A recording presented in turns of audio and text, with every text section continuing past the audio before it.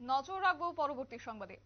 রাতের অন্ধকারে দুষ্কৃতিকারীদের বারবারান্ত এবং এই বিষয়কে কেন্দ্র করে একেবারে রাবার বাগান কেটে ধ্বংস করে দিয়েছে দুষ্কৃতিকারীরা, এমনটাই অভিযোগ উঠছে সোনামুড়া থেকে। এবং এক্ষেত্রে লক্ষ্য করা যাচ্ছে যে রাতের অন্ধকারে দুষ্কৃতিকারীরা রাবার বাগান কেটে ধ্বংস করে দিয়েছে দক্ষিণ মহেশপুরের দুই ভাই বিপ্লব ঘোষ এবং জুটন ঘোষের। ক্ষয়ক্ষতির পরিমাণ দাঁড়াচ্ছে আনুমানিক 2 লক্ষাধিক টাকার উপর।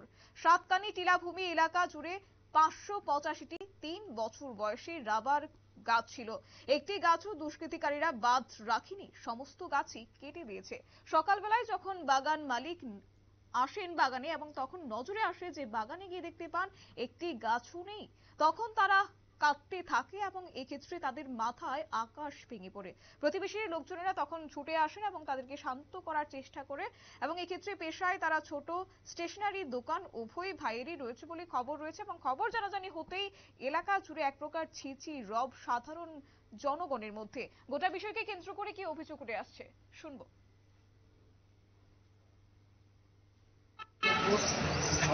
আমাদের জায়গা ছিল সাতকানির মধ্যে রাবারের সারা লাগাইছিলাম 585 রাবারের সারা বড় হয়েছে।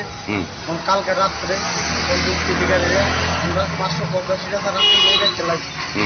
এর অভিযোগে আমরা বিচার পাই, ন্যায্য বিচার যাতে পাই। অভিযোগ জানাইছি। হ্যাঁ, অভিযোগ জানাইছি।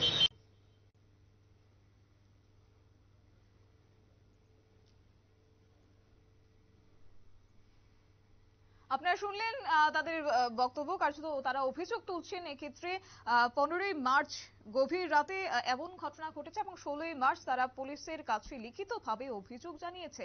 কার্যত এই বিষয়কে কেন্দ্র করে সুষ্ঠু বিচারের দাবি চাইছেন তারা এবং এক্ষেত্রে আবেদন জানিয়েছে বাগান মালিক। সাম্প্রতিককালে এই জাতীয় ঘটনা এই প্রথম ঘটেছে সোনামুড়াতে এবং সোনামুড়া মহকুমার অন্তর্গত কাঠালিয়া ব্লক এলাকার দক্ষিণ মহেশপুর পঞ্চায়েতের 2 নম্বর ওয়ার্ডের এই ঘটনাটি ঘটেছে। এবং এক্ষেত্রে প্রায়শই লক্ষ্য করা যাচ্ছে দুষ্কৃতিকারীদের বারবারান্ত এবং একই ঘটনা এবার সোনামুড়াতেও লক্ষ্য করা গেছে, যেখানে প্রায় 2 লক্ষাধিক টাকার উপর রাবার গাছ তারা কেটে ধ্বংস করে দিয়েছে। তবে এখন দেখার বিষয় যে এই ঘটনাকে কেন্দ্র করে পুলিশ কতটুকু সদর্থক ভূমিকা গ্রহণ করে। নিয়ে নিচ্ছে ছোট একটি বিজ্ঞাপন বিরতি, সঙ্গে থাকুন।